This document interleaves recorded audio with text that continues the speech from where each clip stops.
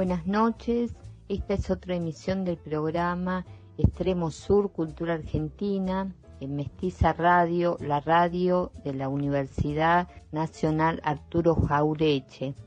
Como todos los jueves, nos encontramos acá para difundir cultura argentina, de Jujuy a Tierra del Fuego, los diferentes artistas de todo el país. Vamos a ir visibilizándolos y descubriéndolos. Quien les habla, Claudia Enchil, y en la producción y columna periodística, Camila Zúñigo.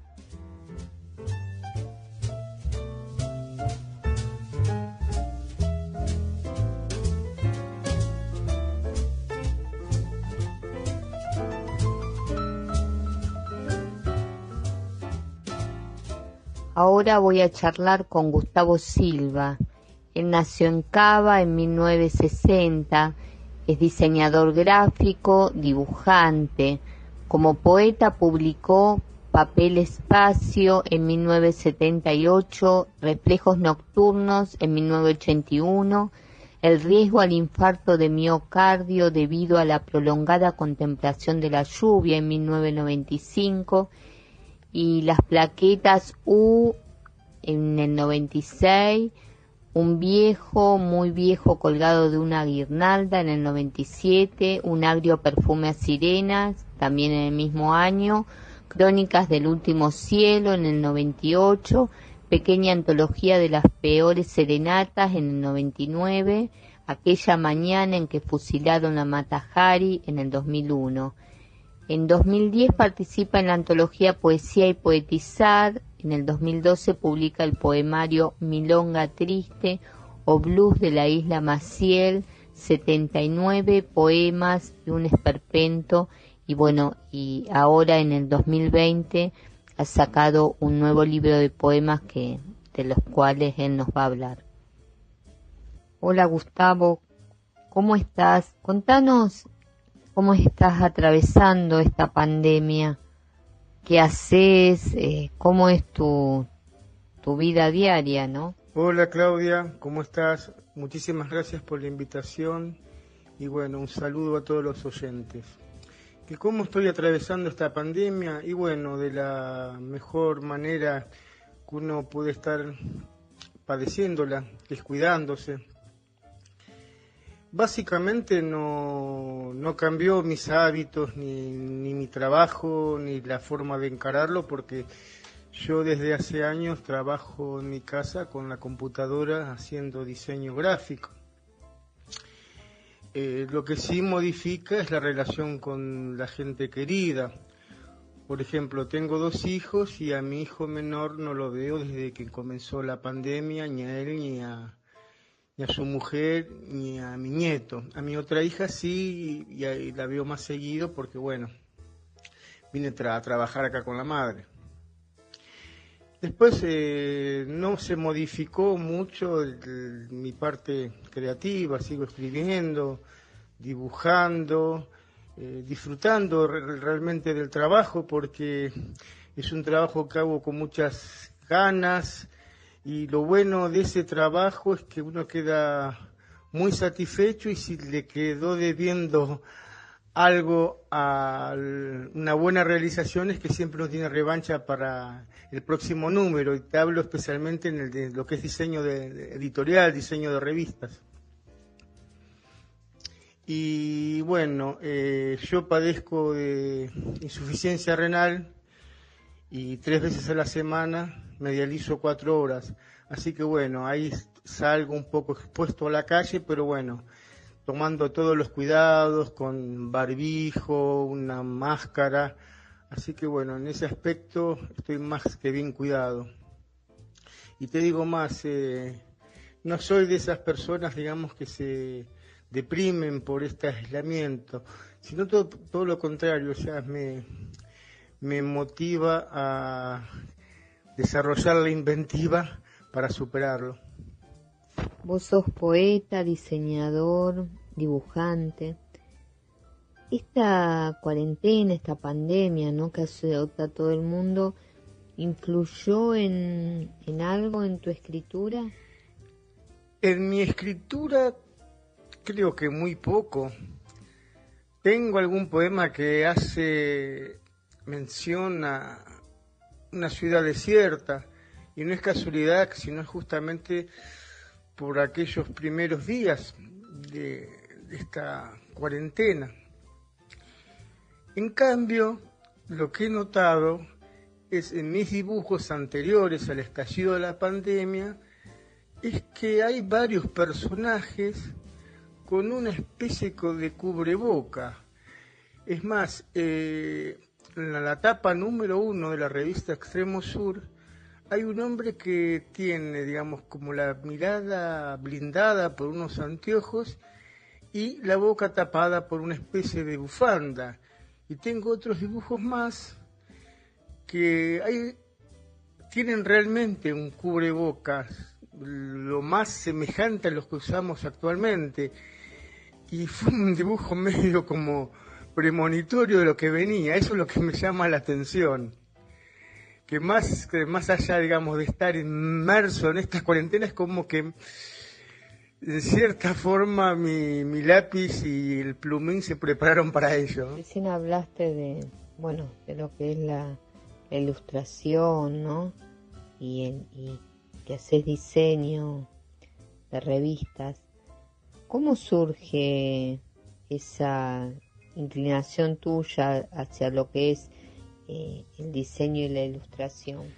Yo empecé a dibujar lógicamente antes de aprender a escribir.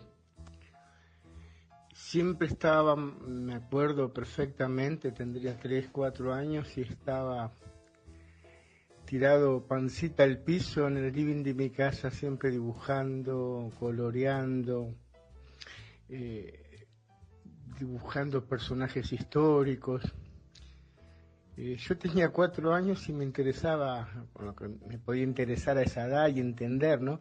Era la historia mundial. Entonces, bueno, dibujaba tanques de guerra. Todavía debo tener algún dibujo perdido por ahí. Y bueno, siempre dibujé hasta que cuando llegó el momento de empezar el colegio secundario, mi papá me habló de un colegio industrial que estaba en el barrio de La Boca, de artes gráficas. Y había 2 ramas dentro de las artes gráficas, que una era el dibujo y la otra era la parte más bien de tipografía, linotipía, impresión. Y yo me decidí por la parte de dibujo porque, bueno, yo era como decir, Gustavo, esto es lo único que sabes hacer en tu vida. Entonces, bueno, estudié un poco de dibujo en esa época, yo tenía 13 años. Y ahí empecé, digamos, a dibujar con una especie de, decirlo así, de disciplina. Me acuerdo que el piso segundo, creo el segundo piso de ese colegio que daba frente al riachuelo, era un salón de actos y íbamos a dibujar las embarcaciones, que ya lamentablemente no existe más en el riachuelo. Y eso era muy bueno porque uno desarrollaba la perspectiva, la proporción, sombras, profundidades. Y después ya un poquitito más grande, no mucho, empecé a darle rienda suelta a mi propio mundo. Y empecé a inventar otro tipo de dibujos. Y también teníamos una materia, varias materias, que eran un poco así como de diagramación de avisos, y entonces nos daban al sistema libre. Y yo aprovechaba y hacía, por ejemplo, no sé, un folleto desplegable de un recital del grupo de rock Aquelarre, una cosa así. Entonces eso, bueno, me gustaba mucho porque podía darle rienda suelta a mi imaginación. Y después vino una etapa muy pegada a esos años, estoy hablando del año 76, 77, en que con un grupo de amigos empezamos a hacer revistas subterráneas o revistas alternativas. Había una muy conocida en esa época, muy difundida también, que se llamaba Antimitomanía. Y bueno, años después me invitaron a unirme al equipo de ellos y bueno, y ahí seguí haciendo diseño gráfico, ilustraciones. También ilustré muchas tapas de otras revistas alternativas que circulaban por ahí. Para ser un buen diseñador, un buen dibujante, ¿qué es lo que se necesita? Sin duda alguna, experiencia. Empezar haciendo las cosas tal vez no bien y con el tiempo ir aprendiendo. Y uno aprende constantemente. Vos imaginate una cosa, de cuando yo me inicié profesionalmente en el medio gráfico, era otro lenguaje, no existían las computadoras, no existían los programas de edición como hay ahora. Era tablero de dibujo, regla paralela, rotring, tiralíneas. Me acuerdo cuando yo me inicié profesionalmente en el diseño de revistas, lo empecé haciendo una revista de economía y negocios muy, muy conocida de esa época, todavía sigue saliendo. Y bueno, me acuerdo que venían unos rollos de papel del ancho de la columna con el texto, y uno medía, cortaba, armaba. Imagínate que las tapas, o cuando la pieza gráfica era más importante, se armaba con letraset.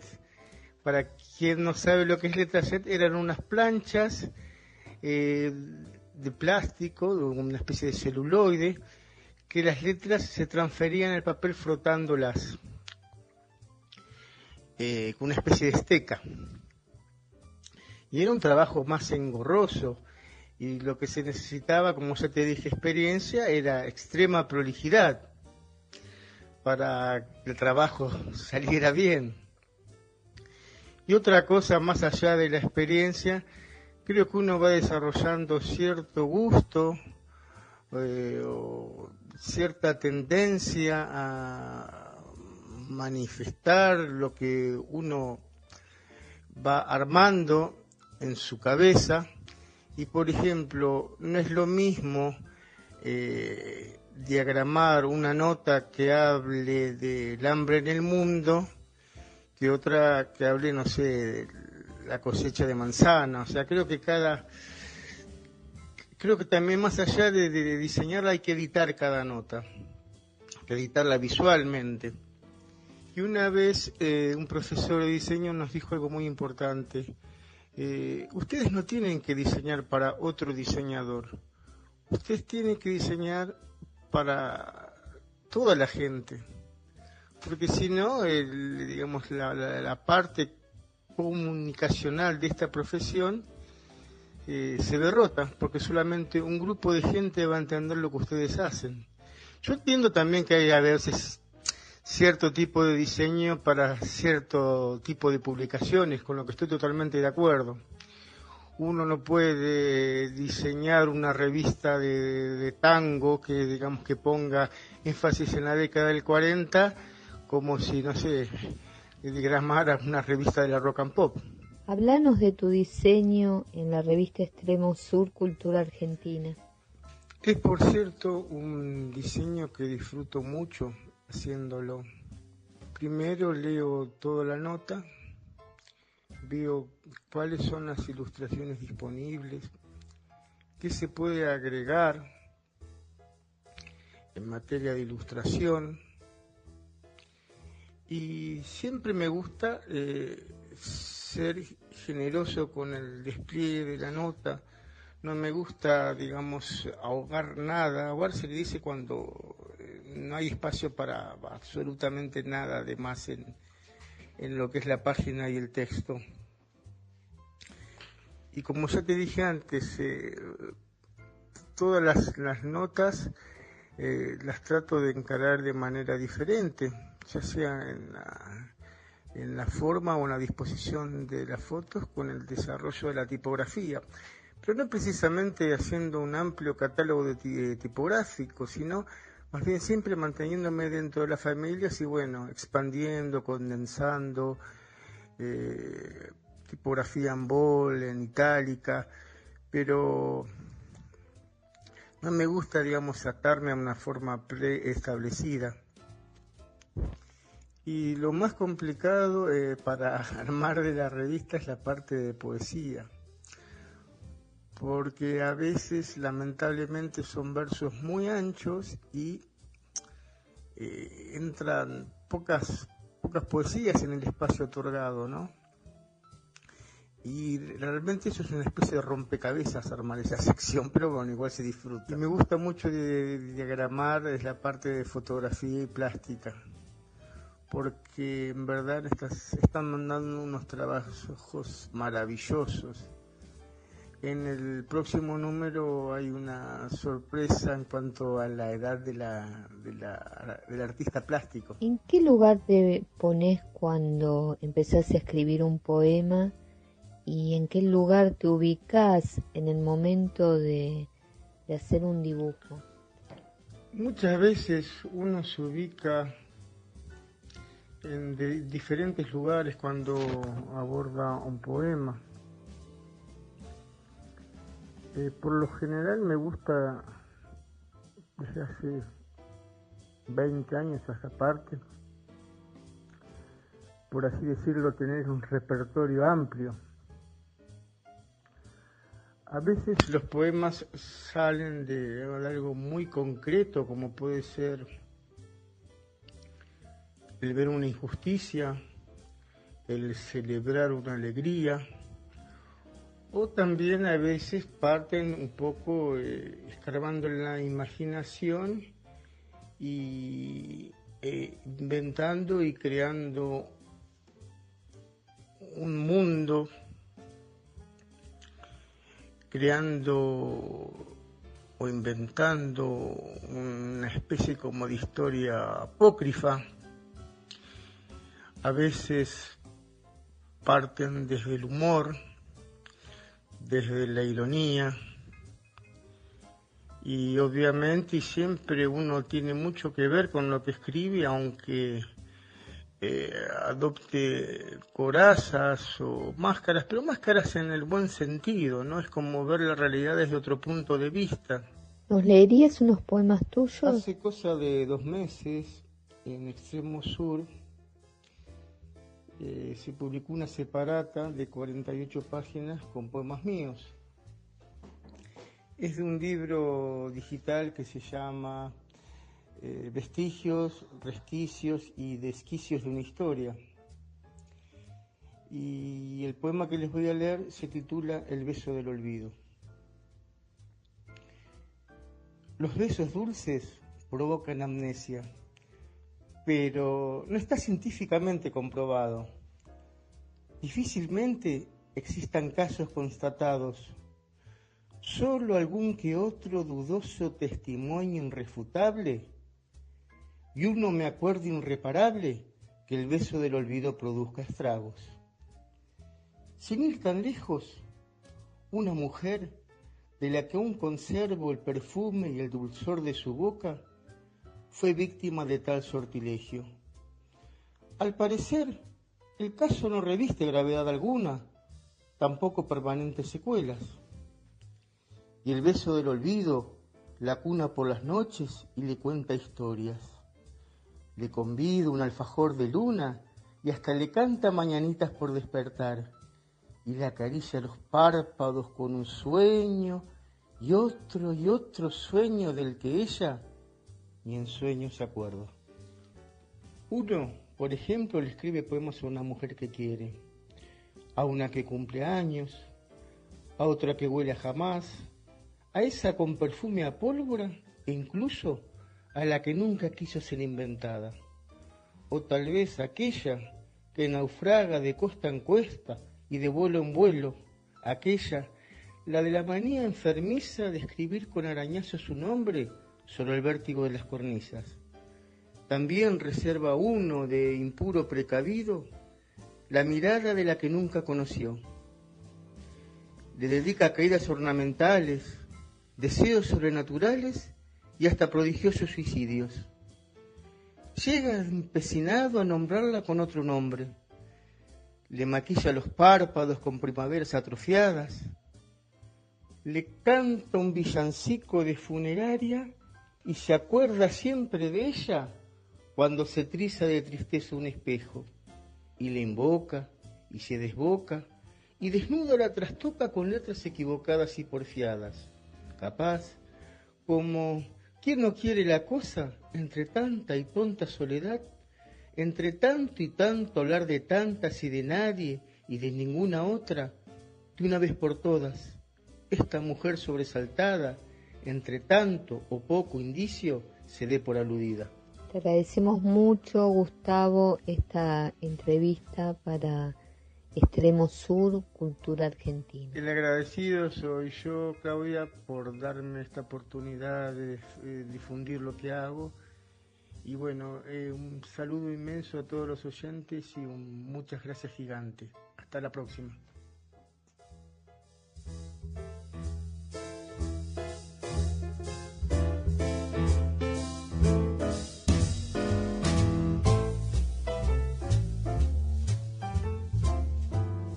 Ahora vamos a escuchar a Marcela Pasadori y Diego Romero en el Suki Puquero. Tierra roja, cerro azul, los destellos del Pucú, canta el sol del Paraná, el Suki Puquero va más allá.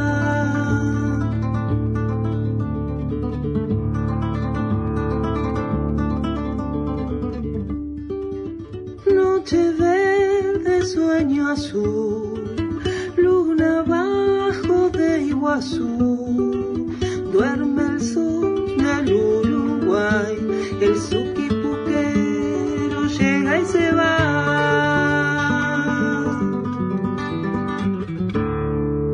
No es un mito guaraní, no es el alma del Crespín, no es la rosa del amor, el Suquipu canta como la flor del Suquipue, como miel del Quipue, como el monte al aclarar, como el cielo que se va.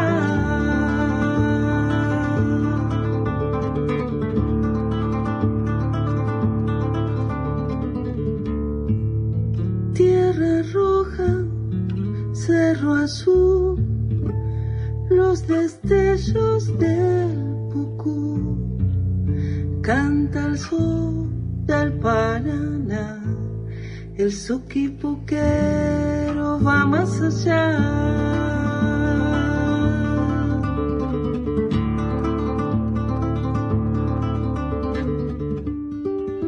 Noche verde, sueño azul, luna bajo de Iguazú, duerme el sol del Uruguay, el Suki Puquero llega y se va.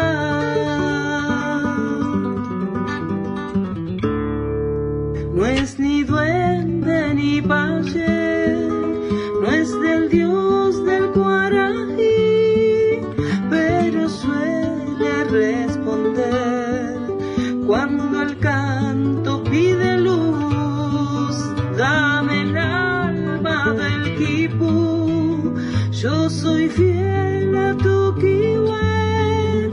Dame el río Quihuepú, que de su agua he de beber.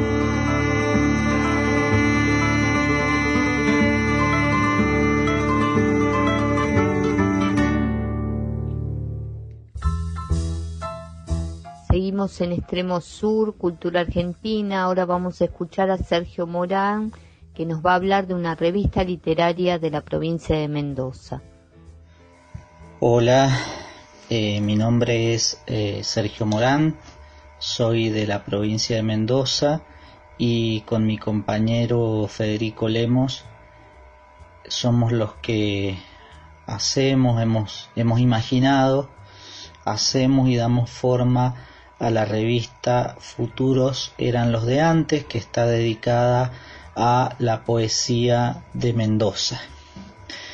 Bueno, la idea de la revista surgió hace más de un año nosotros partimos de algunas ideas y de algunas preocupaciones también, que tienen que ver con la difusión de la poesía escrita en Mendoza. En la provincia de Mendoza hay una buena producción de poesía, y hay autores, muy buenos autores, hay muy buenos textos y muy buenos poemarios, hay ciclos, lecturas en bares, en cafés, eventos de distinto tipo, pero lo que nosotros veíamos es que hay poca difusión de la obra de los poetas mendocinos. Y como nosotros somos, además de amantes de la poesía, somos docentes en colegios secundarios, la otra cosa que veíamos es que no hay llegada a las escuelas secundarias de la obra de los poetas de Mendoza, y por lo tanto los profes, cuando tienen que dar literatura regional, a veces se quedan en los autores más conocidos y ya clásicos de la literatura de Cuyo, que bueno, son un puñado, ¿no? Y entonces se queda fuera toda la literatura contemporánea. Bueno, y nosotros creemos que hay un problema con eso, ¿no? Con la difusión. Entonces quisimos con la revista contribuir sabemos que una revista no es la solución de fondo para todo eso. Si en Mendoza no hay proyectos editoriales de envergadura, ni distribución de obras, por lo tanto, ni salen por eso mismo de la provincia las pocas ediciones que hay.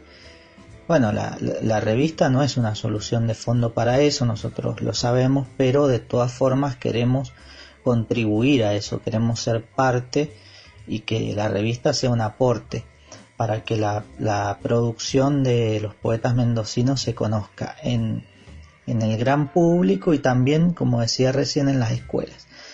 Y bueno, por lo tanto nosotros tenemos un ojo puesto en el presente, en lo que está pasando ahora, pero también en el pasado, porque queremos saber qué conexiones hay entre lo que se escribe ahora, entre los poetas jóvenes, entre los poetas que ya tienen una obra un poco más desarrollada y madura, y el pasado. Hay puntos de contacto, no hay una tradición en Mendoza, hay un lenguaje poético relacionado con alguna tradición o no, cuáles son las rupturas, las continuidades, ¿no? Todo eso a nosotros nos interesa que esté en la revista, que se vaya develando a lo largo del tiempo en las páginas de la revista. Así que bueno, esperamos contribuir a todo eso. Por eso también tratamos de ser generosos en la difusión de la mayor parte posible de poetas,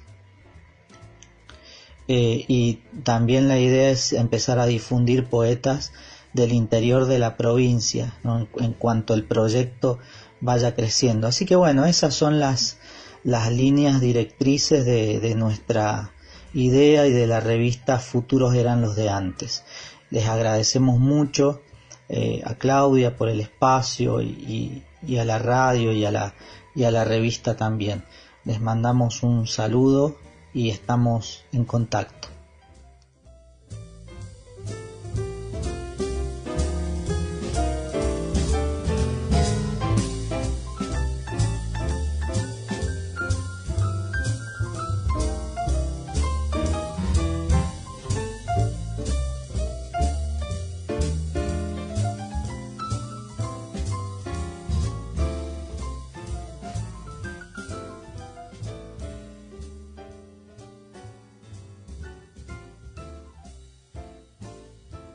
Ahora vamos a escuchar la crítica literaria de Omar Ramos acerca del libro de la semana. Buenas noches, Claudia, buenas noches, oyentes. Bueno, hoy voy a comentar un libro de poemas del escritor Ariel Bermani. El libro se denomina Até mi caballo. Y bueno, yo le puse un título: La poesía como sentimiento claro y profundo. La tendencia poética de Bermani es muy diferente a la poesía que yo conocí en los años 80 cuando empecé a escribir en los talleres, una poesía surrealista, de imágenes, de metáfora. La poesía de Bermani es coloquial o conversacional, transcribe formas y estructuras del habla cotidiana. Entonces, por el contrario, no es una poesía hermética ni críptica, y donde fluye la metáfora.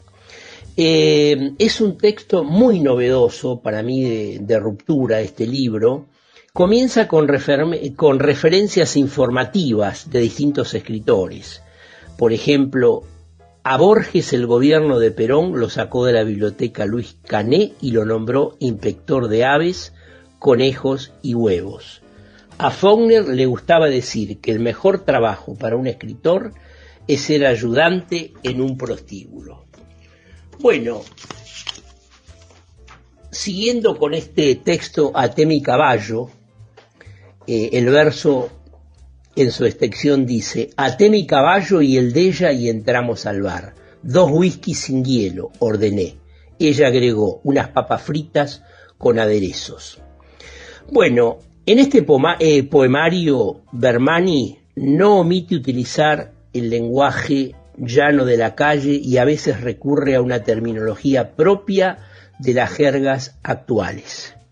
Por ejemplo, la música al palo, subiendo y bajando la velocidad, respetando a veces los semáforos. Una tarde me concentré en Old Boys, Chicago, donde el gomito la rompió. Bueno, estos son ejemplos de una poesía conversacional, como ya lo dije.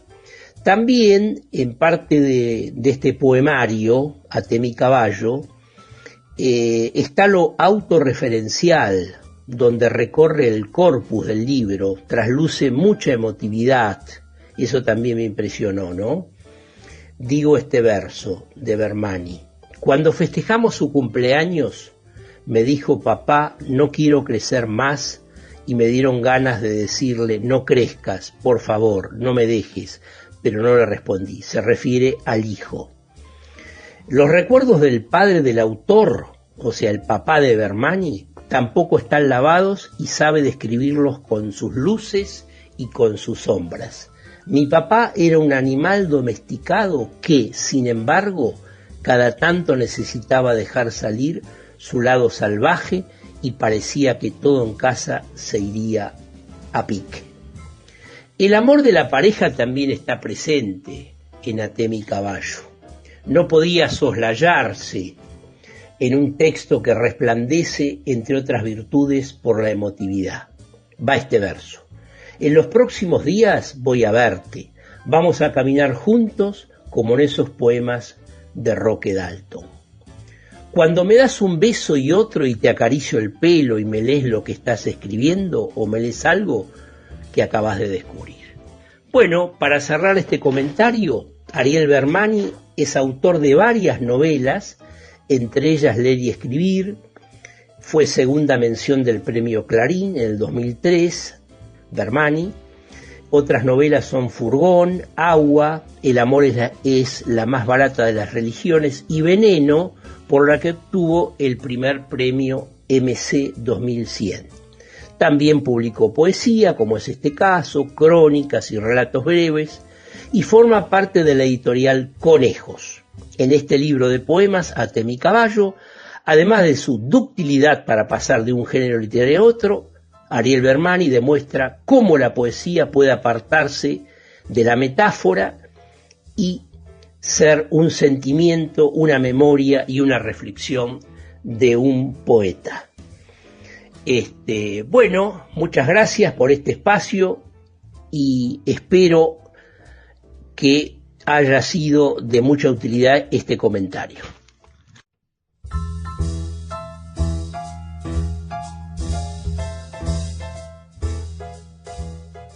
Ahora vamos a escuchar a Marcela Pasadore y Lolo Micucci en Ella es una Beatle.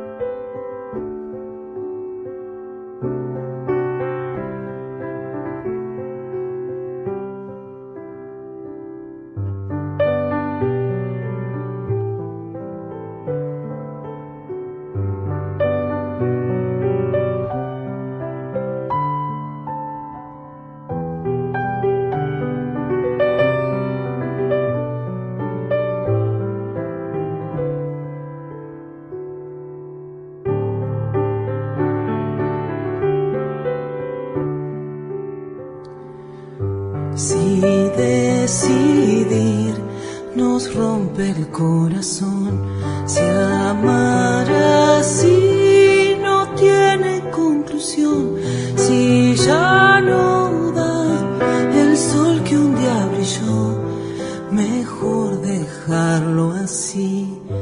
No pienses más, me duele como a vos, hay que seguir a puro corazón.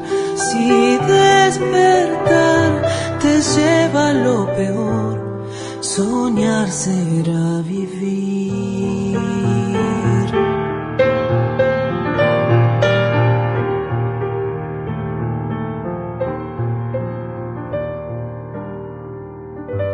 ¿A dónde va lo que amamos una vez? ¿Cómo será la utopía de volver? Si transitar nos lleva al devenir, mejor dejarlo aquí. Fragilidad, estigma de tu ser, voz que al cantar se vuelve coco y miel, marea azul que en el anochecer se entrega hasta morir.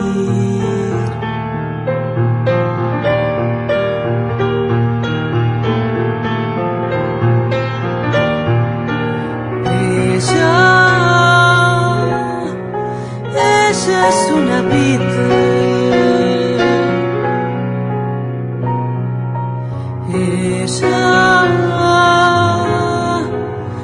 Ella es una Beatle.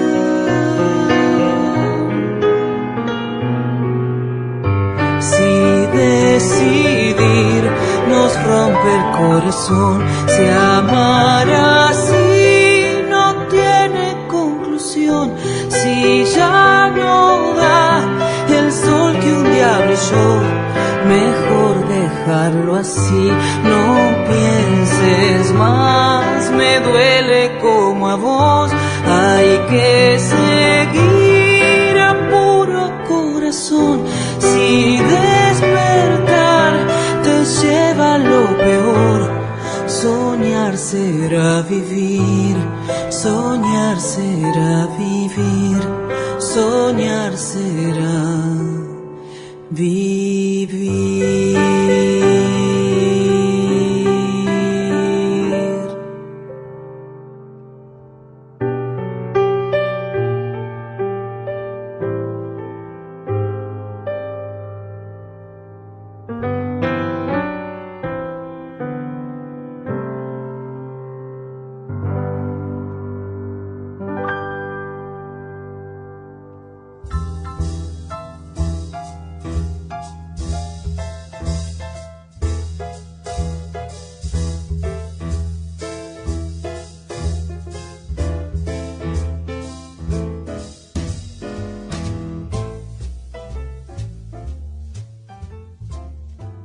Ahora escuchemos a Carlos Boraño, historiador de La Matanza. Muy, pero muy buenas noches. Mi nombre es Carlos, mi apellido es Boraño, soy historiador. Antes que nada, antes de seguir, quiero agradecer a la señora Claudia Enchil por permitirme estar en este prestigioso programa. Les voy a hablar de una perlita literaria que pocos saben. Cuenta la historia que allá por 1930 y pico, en el cementerio del oeste, van bajando a la fosa un ataúd. Era un escritor que había fallecido, uno de los más importantes de esa época, entre medio de amigos, escritores, deudos, familiares, etcétera, etcétera, etcétera. Bajan el féretro a la fosa y en la cabecera de la fosa había un señor joven, siempre de traje, y en el momento que ya está cayendo casi el cajón, este señor tira un grano de tierra, un terrón de tierra, que cae arriba de la tapa del féretro y dice en voz muy alta: lo amé hasta el plagio. Los demás que estaban ahí no se asombraron porque todos sabían esa admiración que profesaba este señor, el escritor también. El que había fallecido era Macedonio Fernández, el gran Macedonio. Y el que dijo esas palabras era Jorge Luis Borges, nada más y nada menos, nuestro mayor escritor. Y hablando un poquito de cementerios y de poetas, les voy a leer un fragmento de una obra que me parece una de las mejores novelas argentinas. Y dice así: en cierta mañana de octubre de 1920 y pico, casi al mediodía, 6 hombres nos internábamos en el cementerio del oeste, llevando a pulso un ataúd de modesta factura, 4 tablitas frágiles, cuya levedad era tanta que no parecía llevar en su interior la vencida carne de un hombre muerto, sino la materia sutil de un poeta concluido. El astrólogo Schulz y yo empuñábamos las 2 manijas de la cabecera. Frankie Amundsen y Del Solar habían tomado la de los pies. Al frente avanzaba Luis Pereda, fortachón y balbuceante como un jabalí ciego. Detrás iba Samuel Tesler exhibiendo un rosario de cuentas negras que manoseaba con ostentosa devoción. La primavera reía sobre las tumbas, cantaba en el buche de los pájaros, ardían los retoños vegetales, proclamaba entre cruces y epitafios su jubilosa incredulidad acerca de la muerte. Y no había lágrimas en nuestros ojos, ni pesadumbre alguno en nuestros corazones, porque dentro de aquel ataúd sencillo, 4 tablitas frágiles, nos parecía llevar no la pesada carne de un hombre muerto, sino la materia leve de un poeta concluido. Llegamos a la fosa recién abierta. El ataúd fue bajado hasta el fondo. Redoblaron primero los terrones amigos y a continuación las paradas brutales de los sepultureros.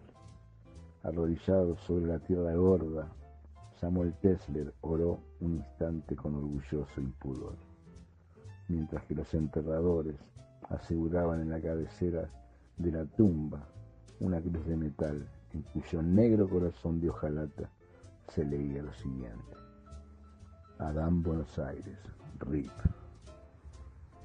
Del maestro Malechal, su Adán Buenos Aires, considerada hoy una de las mejores novelas en la historia del país, en nuestra historia argentina. Muchas gracias, será hasta la semana próxima.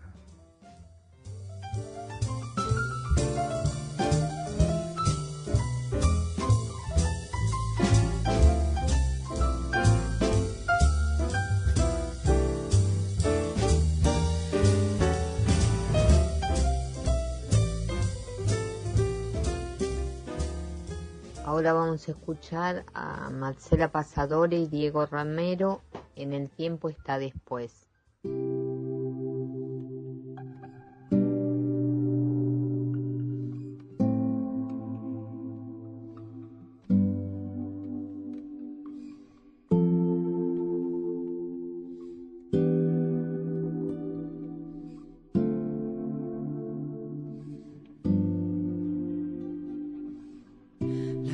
calle Yupe raya al medio, encuentra Belvedere, el tren saluda desde abajo, con silbo de tristeza aquellas filas infinitas. Saliendo de Central el empedrado está tapado, pero allí está la primavera en aquel barrio. Se llama soledad, se llama gritos de ternura, pidiendo para entrar y en el apuro está lloviendo. Ya no se apretarán mis lágrimas en tus bolsillos. Cambiaste de sacón y un día nos encontraremos en otro carnaval. Tendremos suerte si aprendemos que no hay ningún rincón, que no hay ningún atracadero que pueda disolver en su escondite lo que fuimos. El tiempo está después.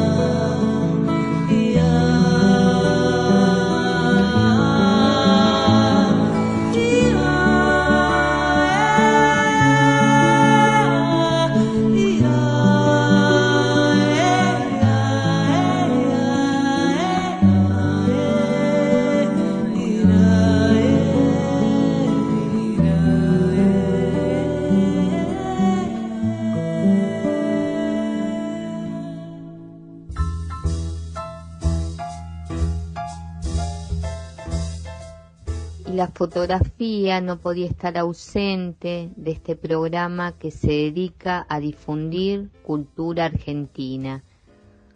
Extremo Sur se encarga de visibilizar a todos los artistas del país, de cada región, de cada pueblo, y es importante, ¿no?, que se conozcan las historias, se sepan lo que se está haciendo en cada punto del país. Ahora vamos a escuchar a Camila Zúñigo. Hola a todos y todas las y los oyentes. En el programa de hoy voy a hablar sobre Sara Facio. ¿Quién es Sara Facio? Sara Facio es de los primeros nombres que resuenan cuando hablamos de la historia de la fotografía en Argentina. Ella fue creadora de una cantidad de imágenes icónicas de escritores latinoamericanos, maestra de muchos sin ni siquiera habérselo propuesto.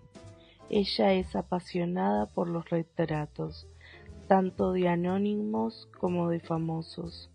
Para ella, una cara humana es el mejor paisaje que puede haber. Sara Facio nació en 1932 en San Isidro, provincia de Buenos Aires, Argentina. En una época de radios donde no existía la televisión y la fotografía no era considerada un arte. De chica se interesó por el arte y estudió pintura y dibujo, obteniendo el título de profesora nacional de Bellas Artes, aunque nunca ejerció. Mientras estudiaba conoció a su amiga Alicia D'Amico, quien se convertiría en su socia fotográfica durante 25 años y además su compañera de aventuras. Cuando cursaba notó que la mayoría de la bibliografía de su carrera estaba en inglés, alemán o francés. Entonces presentó un proyecto junto a Alicia y otras compañeras para armar una bibliografía en español para la carrera de Bellas Artes.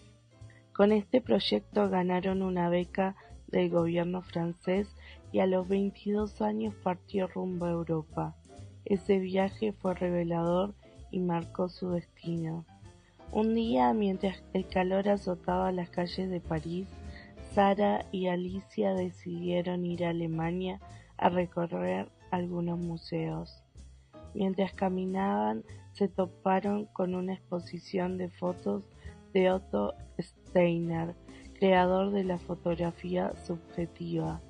Estas imágenes de la realidad, pero hechas de forma creativa, resignificaron su definición de fotografía, mostrándole una forma de crear, acorde a sus deseos de vivir, en la calle, en contacto con la gente y observando todo el tiempo.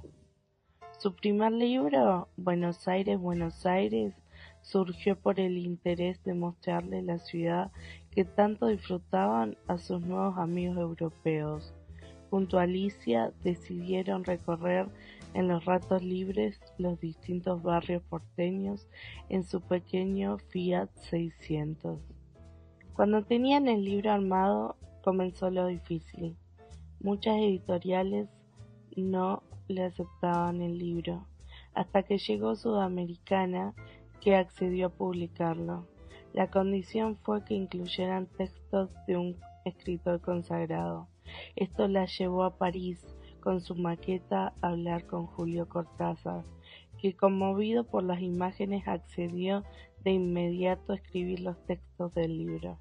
El resultado, además de un fenómeno de ventas, fue el inicio de una amistad duradera entre Sara Facio y el escritor. Fue ahí que Sara Facio comenzó a retratar a todos los escritores latinoamericanos. A sus 28 años abrió un estudio en sociedad con Alicia para realizar fotos comerciales, principalmente retratos, ensayos sociales y periodismo gráfico. Esto le permitió tener ingresos mientras desarrollaba su obra. Nunca quiso ser una fotógrafa bohemia y marginal. Su misión siempre fue indagar en el carácter de sus retratados, la búsqueda constante de sacar el alma a flote para perpetuarla. Unos años más tarde, junto a otros colegas, creó la editorial fotográfica La Azotea, pionera en su género con el objetivo de reivindicar los libros de fotografía y difundir la obra de los mejores fotógrafos latinoamericanos. Fue la fundadora de la Fotogalería del Teatro San Martín, donde presentó más de 160 exposiciones. Con este proyecto se propuso demostrar que cada fotógrafo tenía una mirada distinta, algo que decir. Creó también la primera colección fotográfica de Patrimonio Nacional del Museo Nacional de Bellas Artes. En una entrevista le preguntaron si todos son fotógrafos hoy en día y respondió: es cierto que cualquiera puede hacer fotos, pero no cualquiera puede ser fotógrafo. Ahora bien, para ser fotógrafo hay una entrega diferente, hay que dedicarse en serio y entregarse, y estudiar, y mirar todo el tiempo y no creer que las fotos que uno saca son las mejores. Hay que mirar lo que otros hacen y ser muy autocrítico. Sara Facio, una de las fotógrafas referentes de Argentina y Latinoamérica. Hasta la próxima.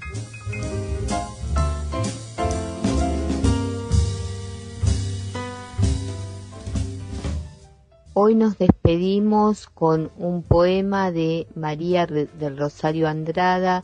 Ella nació en Catamarca en 1954, es poeta y narradora.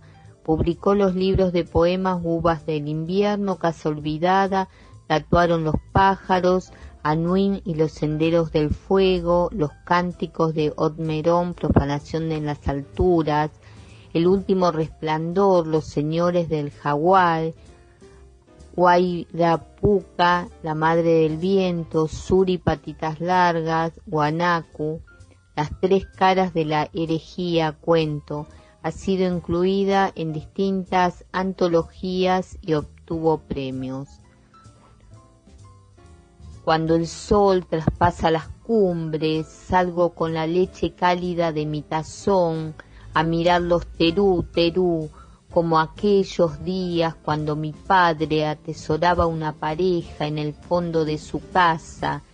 Ellos picotean las migas empapadas, el macho acaricia el cuello de la hembra que sigue a su lado y se aleja para devorar a una hormiga, escarba la hierba húmeda y en el tanteo inmoviliza una lombriz, tironea y un hilo fino sale de la tierra. La presa soy yo, en este instante devorada, engullida, tomada de un picotazo, aquí, al pie de la cumbre del Ambato. Difundamos cultura argentina, que pase de boca en boca. Hasta el próximo jueves.